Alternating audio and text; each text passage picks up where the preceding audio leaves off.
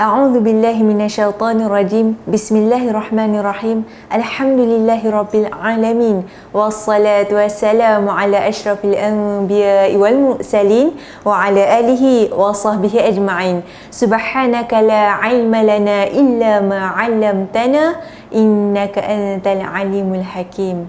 Allahumma salli ala sayyidina Muhammad wa ala alihi wa sahbihi ajma'in. Assalamualaikum warahmatullahi wabarakatuh.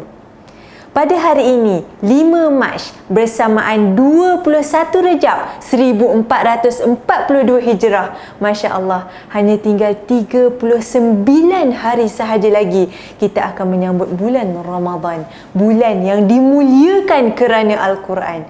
Masya Allah. Allahumma barik lana fi Rajab wa Sya'ban wa balighna Ramadan. Ya Allah, berkatilah kami pada bulan Rajab dan bulan Sya'ban dan sampaikanlah kami ke bulan Ramadan. Amin, amin, amin ya rabbal alamin.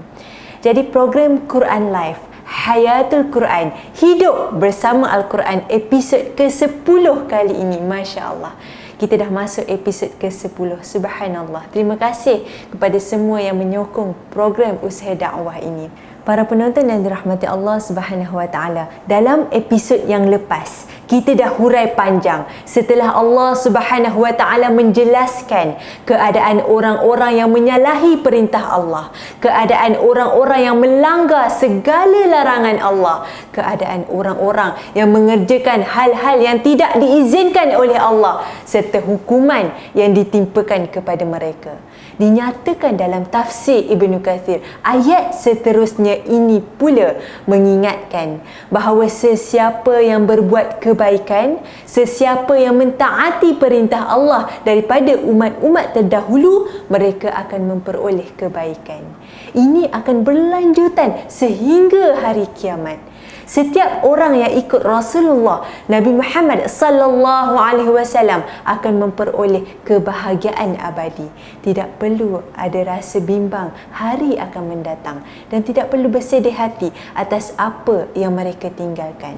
Maksud ayat ke-62, sesungguhnya orang yang beriman, orang Yahudi, orang Nasara, yakni orang Nasrani, dan orang Sabi'in, sesiapa sahaja dalam kalangan mereka itu yang beriman kepada Allah, sesiapa yang beriman kepada hari akhirat dan beramal soleh, maka mereka akan memperoleh pahala, balasannya di sisi Tuhan mereka.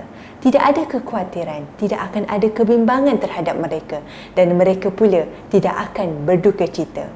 Dalam ayat ini disebut 4 golongan, iaitu golongan yang pertama adalah orang-orang yang beriman, yang kedua orang-orang yang menjadi Yahudi, yang ketiga orang-orang Nasara, yakni Nasrani, dan yang keempat orang-orang Sabi'in.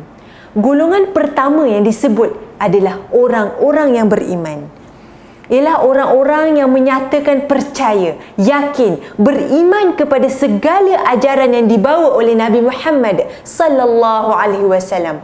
Juga mereka yang telah berjuang kerana imannya, berdiri rapat di sekeliling Rasulullah sallallahu alaihi wasallam, sama-sama menegakkan ajaran agama ketika baginda sallallahu alaihi wasallam masih hidup.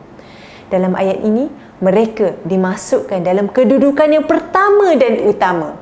Yang kedua, orang-orang yang jadi Yahudi atau pemeluk agama Yahudi. Sebagaimana yang kita ketahui, nama Yahudi itu dibangsakan atau sebenarnya diambil daripada nama Yahuda.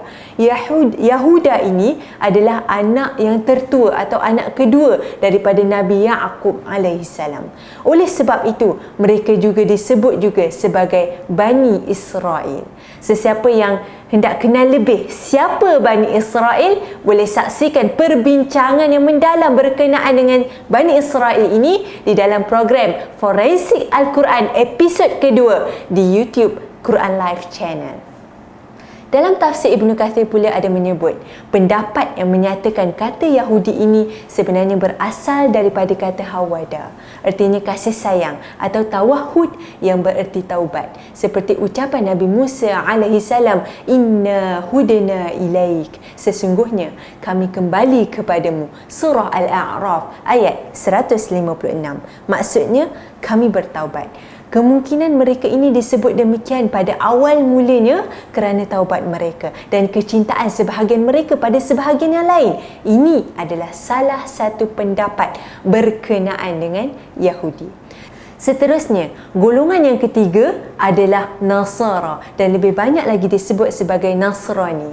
Dibangsakan dengan desa tempat Nabi Isa AS, iaitu desa Nazareth dalam bahasa Ibrani, atau dalam bahasa Arab dipanggil sebagai Nasirah. Menurut riwayat Ibnu Jarir, Ibnu Abbas juga menyokong Nasrani itu memang diambil daripada nama desa Nasirah. Yang keempat adalah golongan Sabi'in.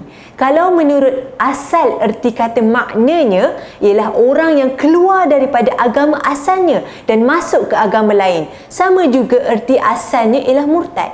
Sebab itu ketika mana Nabi Muhammad sallallahu alaihi wasallam mencela agama nenek moyangnya yang menyembah berhala lalu menegakkan fahaman tauhid, Nabi Muhammad sallallahu alaihi wasallam dituduh oleh orang Quraisy, dituduh dengan sabi' dari agama nenek moyang mereka, yakni keluar dari agama nenek moyang mereka. Menurut riwayat ahli-ahli tafsir, golongan Sabi'in ini merupakan satu golongan daripada orang-orang yang mulanya memeluk agama Nasrani lalu mendirikan agama sendiri. Menurut penyelidikan, mereka ini masih berpegang teguh pada cinta kasih ajaran Al-Masih, tetapi di samping mereka ada yang menyembah malaikat. Dalam tafsir Ibnu Kathir pula menyebut Sabi'in ini adalah satu kaum yang tidak memeluk agama Yahudi, tidak juga Nasrani ataupun Majusi, dan bukan pula musyrikin. Tetapi Sabi'in ini adalah kaum yang masih di atas fitrah, tidak ada agama tertentu yang dipeluknya. Dan sebahagian ulama lain pula menyatakan Sabi'in ini adalah mereka yang tidak sampai kepadanya dakwah seorang Nabi. Allah Ta'ala a'lam. Dalam ayat ini dikumpulkan keempat-empat golongan ini menjadi satu, bahawa mereka semuanya tidak berasa ketakutan dan duka cita asal sahaja mereka beriman kepada Allah dan hari akhirat, juga diikuti dengan amal yang soleh. Dan keempat-empat golongan ini yang beriman kepada Allah dan hari akhirat akan mendapat ganjaran di sisi Tuhan mereka. Dalam tafsir Al-Azhar menyebut ayat ini adalah satu panduan bagi menegakkan jiwa untuk seluruh orang percaya kepada Allah, baik dia mukmin, baik dia muslim, pemeluk agama Islam yang telah mengakui kerasulan Nabi Muhammad sallallahu alaihi wasallam, atau dia orang Yahudi, orang Nasrani dan Sabi'in. Di sini kita bertemu syarat yang mutlak. Syarat pertama adalah iman kepada Allah dan hari pembalasan, yakni hari akhirat, sebagai inti ajaran daripada sekalian agama.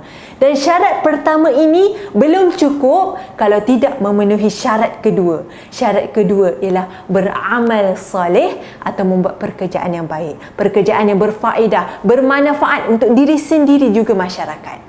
Mafhum atau sebaliknya daripada ayat yang tertulis ini adalah, meskipun dia dah beriman kepada Allah, yakni golongan pertama yang disebut orang-orang yang beriman, meskipun dia telah mengaku beriman dengan mulutnya kepada Nabi Muhammad sallallahu alaihi wasallam, maka kalau iman itu tidak dibuktikan dengan amal soleh, maka tidak akan diberi ganjaran oleh Tuhan.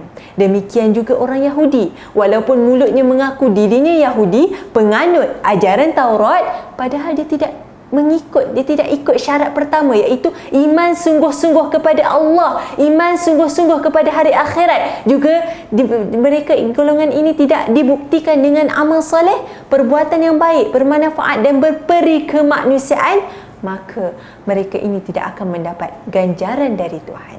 Begitu juga orang Nasrani dan orang Sabi'in. Pengakuan diri mereka, orang Nasrani dan Sabi'in itu perlu dibuktikan dengan perbuatan.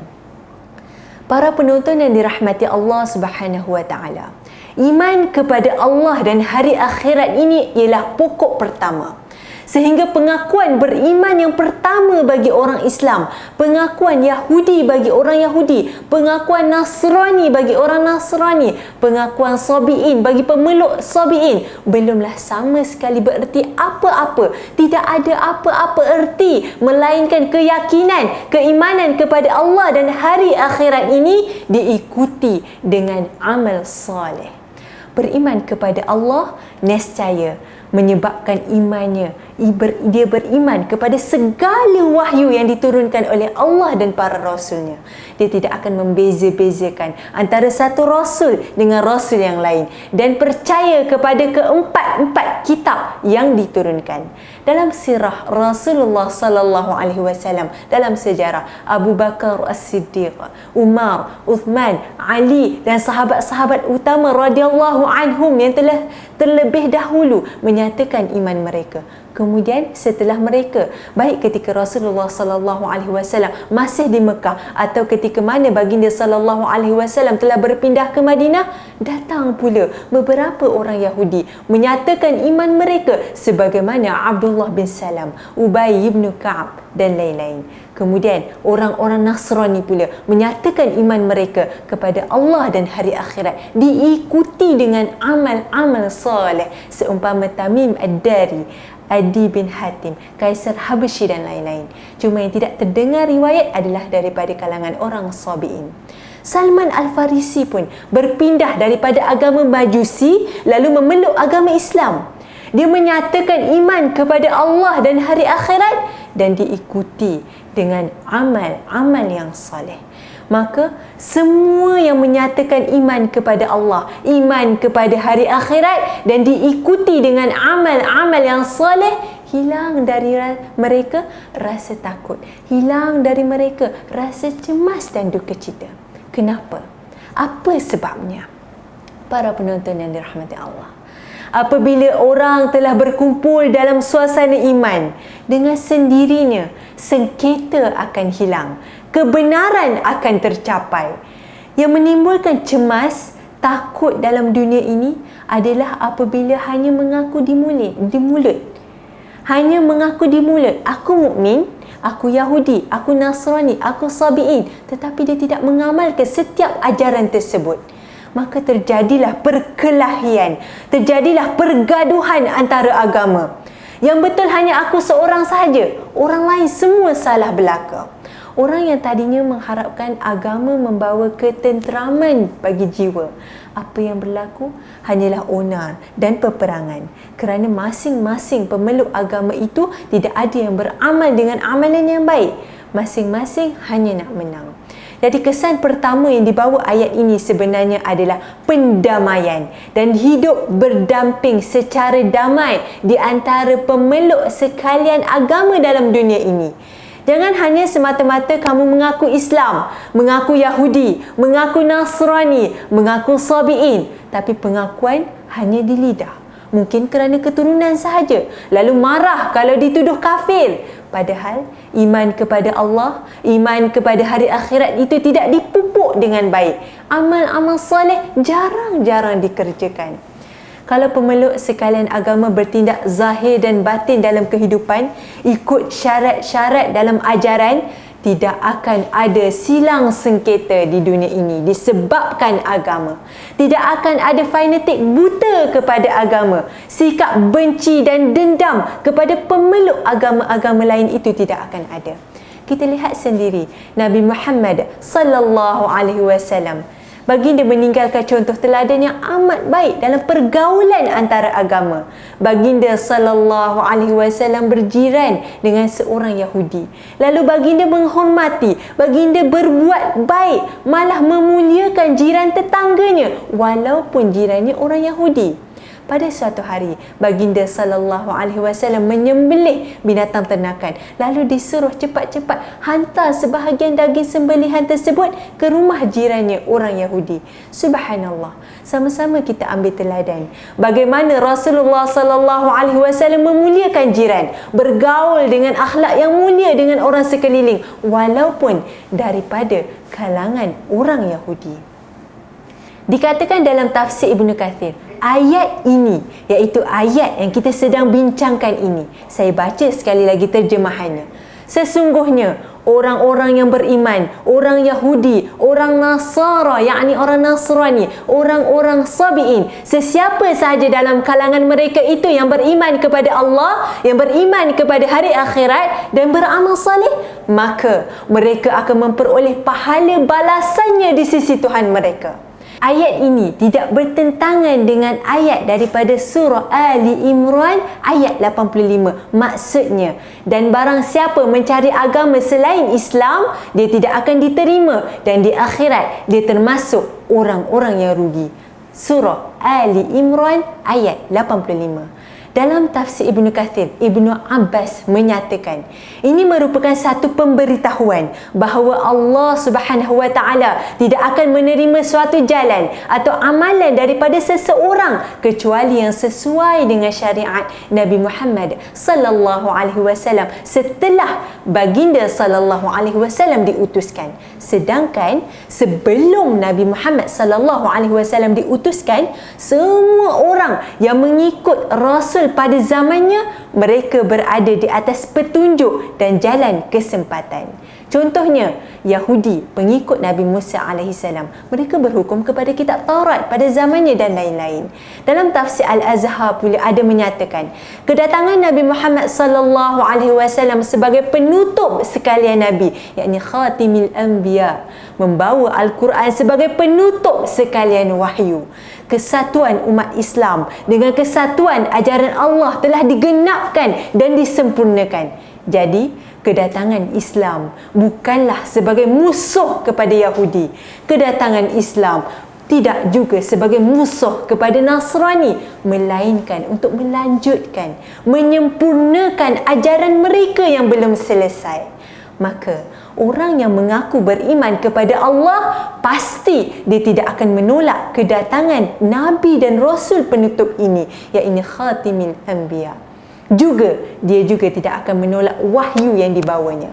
Yahudi dan Nasrani sudah sepatutnya terlebih dahulu percaya kepada kerasulan Nabi Muhammad sallallahu alaihi wasallam, kerana keterangan tentang diri baginda sallallahu alaihi wasallam telah pun mereka terima dalam kitab mereka sebelum kelahiran Rasulullah sallallahu alaihi wasallam.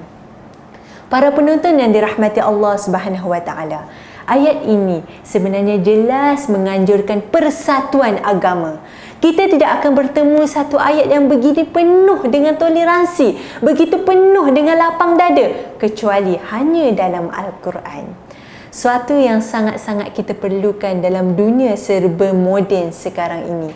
Nafsu loba manusia telah menyebabkan timbul perang yang besar, senjata-senjata pemusnah. Maka golongan agama yang hendak mencipta satu pendamaian dengan mencari dasar kepercayaan, keyakinan, keimanan kepada Allah dan keimanan kepada hari akhirat perlu diikuti dan dibuktikan dengan amal yang saleh, bukan amal yang merosak, melakukan kemusnahan dan sebagainya. Selain daripada itu, kalau kita teliti betul-betul ayat ini, Masya Allah, para penonton yang dirahmati Allah, kerap kali menjadi kemusykilan bagi orang yang membaca ayat ini. Apabila disebut yang pertama sekali ialah orang yang beriman, kemudian baru disusuli orang Yahudi, orang Nasrani dan orang Sabi'in. Setelah itu disebutkan bahawa semuanya akan diberi ganjaran oleh Tuhan apabila mereka beriman kepada Allah dan hari akhirat, lalu diikuti dengan amal yang soleh. Persoalannya, mengapa orang yang beriman disyaratkan beriman lagi? Sesetengah ahli tafsir menyatakan bahawa yang dimaksudkan di sini barulah iman pengakuan sahaja.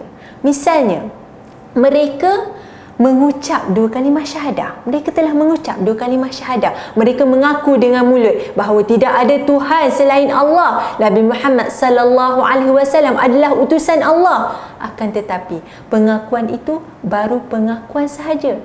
Belum diikuti dengan amalan. Belum mengerjakan rukun Islam yang 5 perkara. Ataupun mereka Islam hanya kerana keturunan sahaja. maka Islam itu sama sahaja dengan Yahudi, Nasrani dan Sabi'in. Barulah keempat-empat agama ini menjadi satu apabila kesemua mereka memperbaharui iman kepada Allah dan hari akhirat diikuti dengan perbuatan dan pelaksanaan setiap kewajipan yang diperintahkan oleh Allah Subhanahu wa taala. Mari sama-sama kita muhasabah diri setelah kita mentadabur ayat ini. Bagaimana keyakinan dan keimanan kita kepada Allah? Bagaimana keimanan dan keyakinan kita kepada hari akhirat? Adakah pengakuan kita beriman kepada Allah dan hari akhirat ini kita ikut dengan amal yang soleh? Adakah kita membuat amal yang soleh? Dalam tafsir Al-Azhar menyebut, kita tidak boleh membeku di satu tempat dengan keadaan tidak berusaha untuk menambah ilmu, tidak melakukan sebarang penyelidikan atau usaha untuk kita faham agama, faham setiap syariat dan perintah Allah kepada kita. Jika kita berusaha untuk tambah ilmu agama kita, kefahaman yang sebenar-benar kefahaman akan menemukan kita dengan hakikat yang sejati. Lalu saat itu kita akan serah diri kita kepada Allah dengan sebulat hati, menyerah dengan sepenuh hati, dan itulah Islam. Dalam Mushaf Mufiq terdapat asbabun nuzul atau sebab turunnya ayat 62 ini. Ayat ini berkaitan dengan Salman Al-Farisi yang bertanya kepada Nabi Muhammad sallallahu alaihi wasallam tentang nasib para sahabat yang telah meninggal dunia sebelum kedatangan Islam. Dijelaskan tentang cara mereka solat dan ibadah mereka, lalu bersabda mereka akan masuk neraka. Mendengar itu, Salman berasa putus asa dan berkata, bumi benar-benar kiamat, atau katanya kepalaku seolah-olah ditimpa gunung. Maka turunlah ayat ini sehingga Salman senang hati dan berkata, aku berasa seperti dilimpahkan anugerah oleh Allah. Asbabun nuzul yang saya bacakan daripada Mushaf Mufiq ini diambil daripada kitab Lubabun Nukul fi Asbabun Nuzul oleh As-Suyuti. Kita berehat seketika dan kita akan kembali semula pada ayat seterusnya selepas ini, insya-Allah.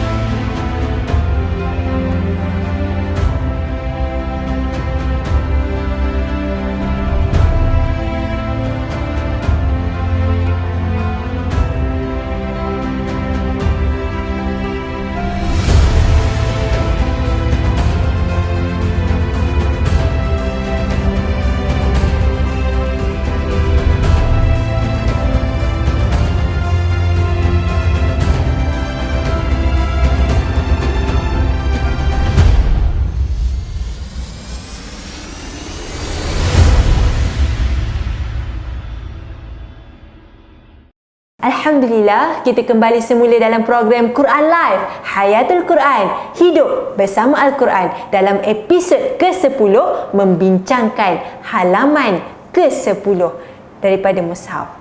Bagi anda yang memiliki Mushaf Mufiq, anda akan dapati terdapat topik ayat di bahagian terjemahan. Ayat yang telah kita bincang panjang sebentar tadi berkenaan dengan pahala orang yang beriman. Jadi, kita akan berpindah ke ayat seterusnya, iaitu ayat 63 hingga ayat 66. Topiknya adalah pembalasan terhadap Bani Israel yang melanggar perjanjian dengan Tuhan.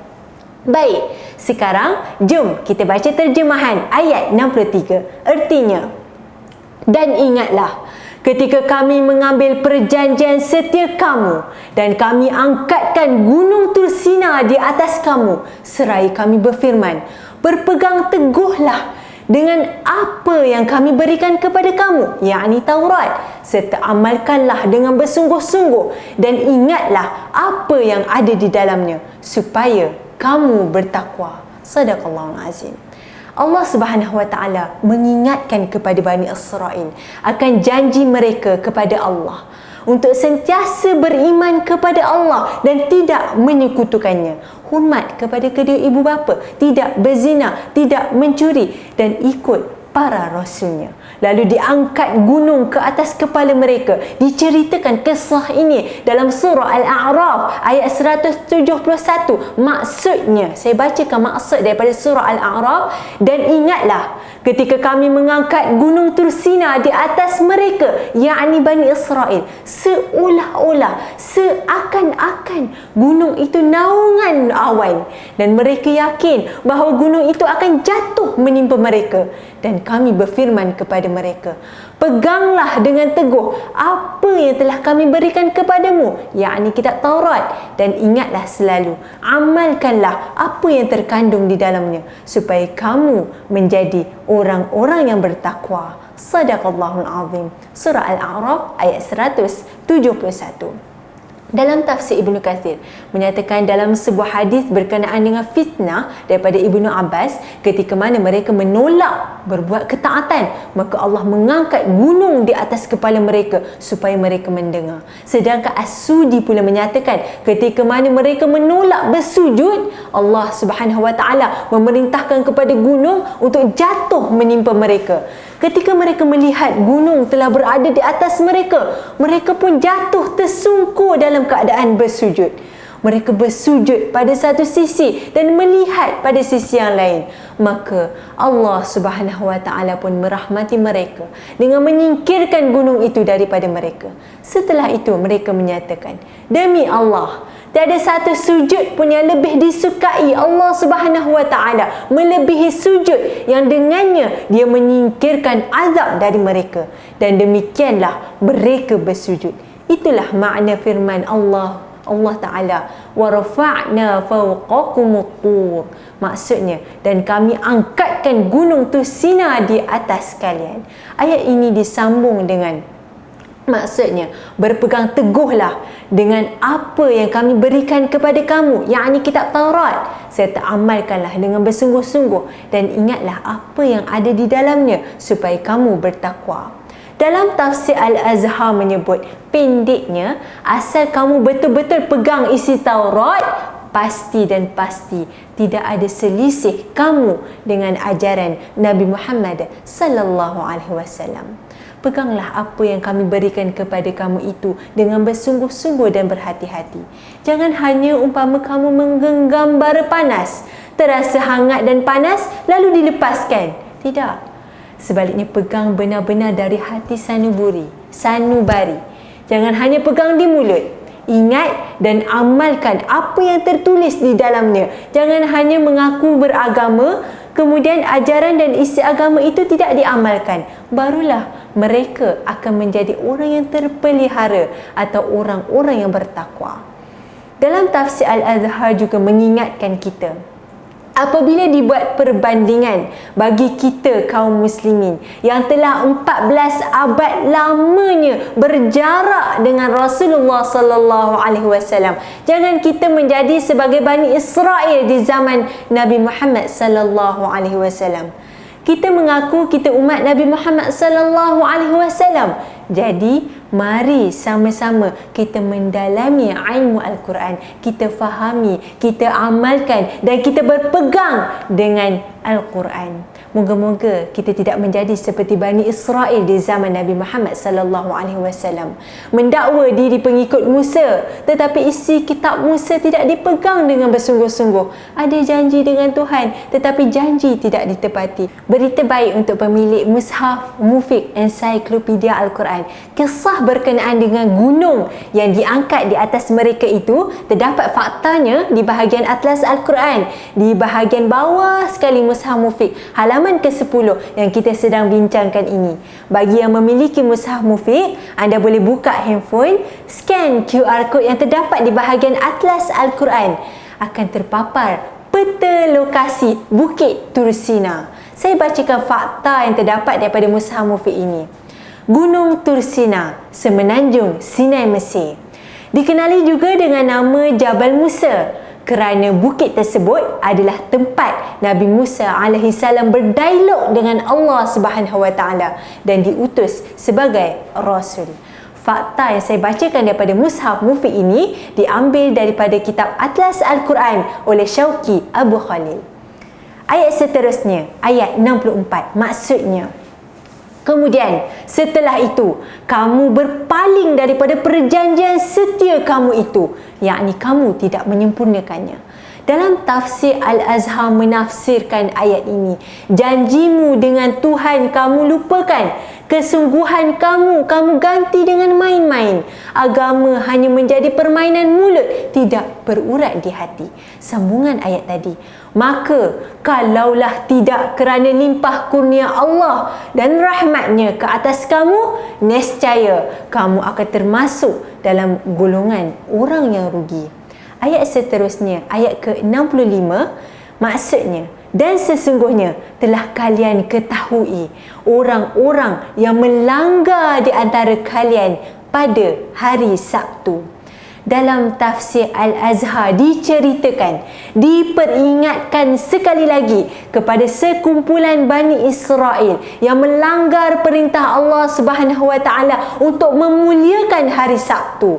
Memuliakan hari Sabtu bermaksud mereka ini istirahat daripada bekerja dan mereka mempersiapkan diri mereka untuk beribadah. Memuliakan hari Sabtu adalah salah satu perjanjian mereka dengan Tuhan. Dan mereka ini dilarang keluar menangkap ikan pada hari Sabtu.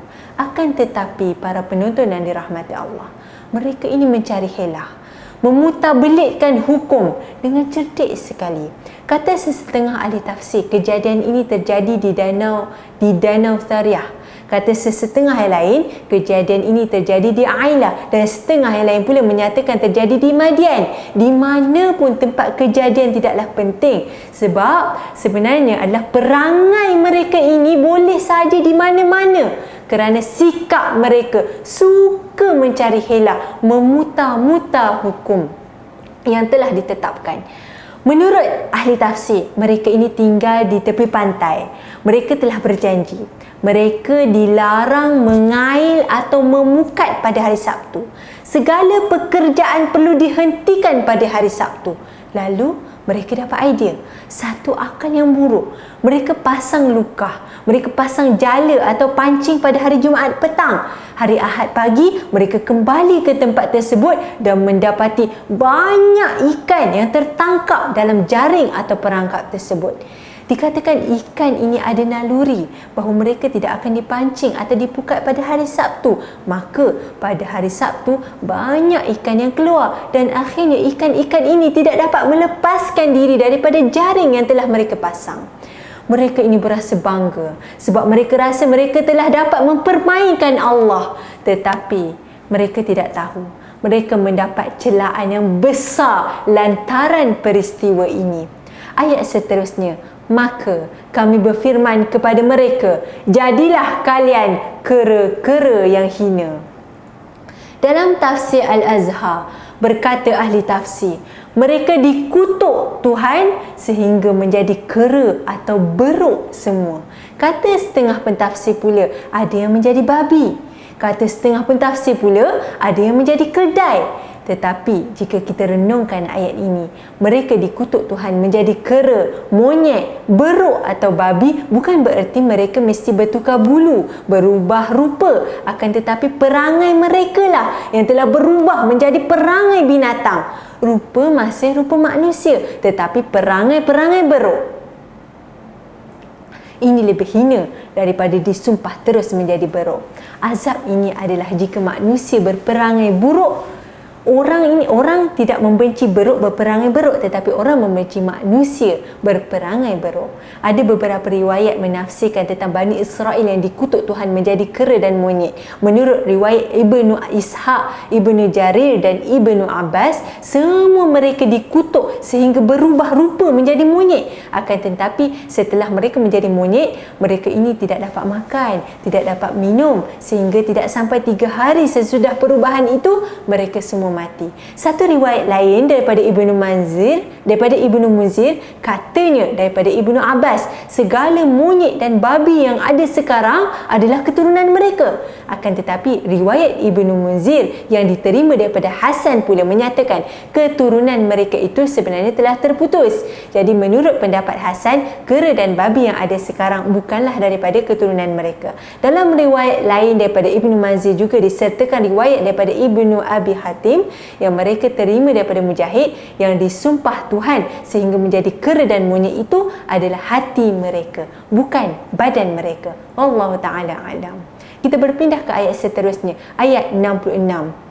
Artinya, maka kami jadikan apa yang berlaku itu sebagai satu hukuman, satu peringatan bagi orang-orang yang ada pada masa itu dan umat-umat yang datang kemudian, serta menjadi satu pengajaran bagi orang-orang yang bertakwa. Jom kita baca makna kalimat daripada Mushaf Mufiq. Perkataan nakala. Lafaz ini terbentuk daripada kata dasar nakala yang bererti mengikat. Selain itu, kata nakala juga membawa maksud pencegahan dan menahan diri. Maka perkataan nakala di sini bermaksud peringatan kerana ia seperti ikat seseorang atau tahan diri daripada mengulangi perkara yang dilarang dan melarang orang lain daripada melakukan perbuatan yang sama. Ia sebagai cerminan pengajaran bagi umat ketika itu dan umat yang akan datang. Para penonton yang dirahmati Allah Subhanahu Wa Taala, jika kita lihat topik ayat di bahagian terjemahan, ayat seterusnya, yakni bermula daripada ayat 67, akan menceritakan tentang kisah penyembelihan lembu betina. Bagi yang memiliki ensiklopedia Al-Quran Mushaf Mufiq ini, jom kita baca kisah umat terdahulu berkenaan dengan lelaki kaya yang dibunuh. Surah Al-Baqarah ayat 67.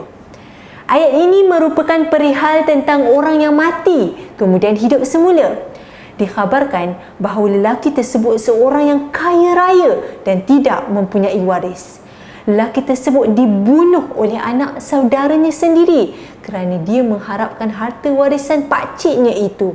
Setelah dibunuh, jasadnya itu diletakkan di hadapan pintu rumah seorang Yahudi hingga pemilik rumah itu dituduh sebagai pembunuh. Maka Allah Subhanahu Wa Taala memerintahkan untuk menyembelih seekor lembu bagi mengetahui pembunuh sebenar kisah ini. Kisah ini diceritakan secara jelas pada ayat 72 dan 73. Kisah umat terdahulu yang saya baca daripada Mushaf Mufiq ini diambil daripada Al-Mawsu'ah Al-Quraniyah Al-Muyassarah oleh Wahbah Zuhaili. Jadi disebabkan masa mencemburui kita juga kerana kisah ini berkaitan dengan halaman ke-11. Halaman seterusnya, insya-Allah kita akan sambung cerita kisah penyembelihan lembu betina ini di episod akan datang, insya-Allah. Nantikan pada waktu dan hari yang sama, iaitu setiap hari Jumaat jam 10 pagi, eksklusif di Quran Live YouTube channel, atau boleh juga anda saksikan secara langsung di page Facebook Nashr Quran. Diingatkan pada hari Jumaat penuh barakah ini, jom sama-sama kita perbanyakkan istighfar, mohon keampunan kepada Allah Subhanahu Wa Taala atas dosa-dosa kita yang lalu.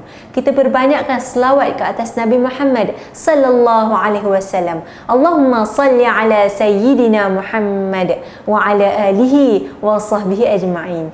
Jangan lupa juga sempurnakan bacaan surah Al-Kahfi. Boleh ikut secara langsung bacaan surah Al-Kahfi di page Nashr Quran Facebook Nashr Quran pada jam 9 pagi, insya-Allah. Segala yang baik itu datangnya daripada Allah. Saya mohon tuan-tuan guru yang menonton siaran langsung pada hari ini, jika terdapat sebarang kesilapan, jika terdapat sebarang kesalahan dalam menafsir ayat-ayat suci Al-Quran ini, mohon untuk ditegur. Saya dan kita semua akan terus menuntut ilmu sebagaimana kalam ulama, tuntutlah ilmu daripada buayan hingga ke liang lahat. Utlubul ilm minal mahdi ilal lahd.